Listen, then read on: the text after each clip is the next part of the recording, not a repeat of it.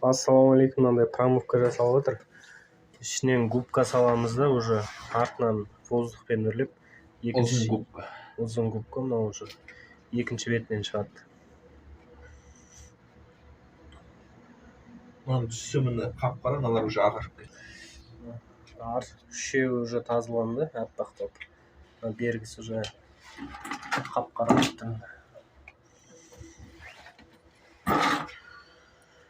Промывка жасататын болсаңыздар, хабарласыңыздар.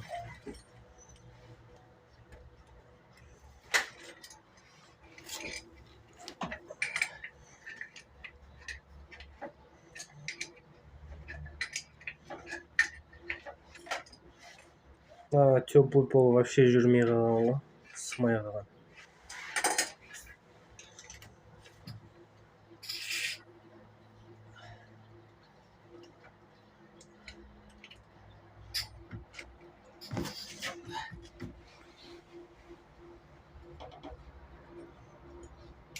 Кран сәл ашып жүр.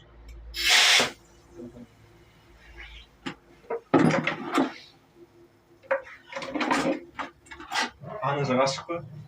Ана жақ ашық. Қап-қара болып кеткен су.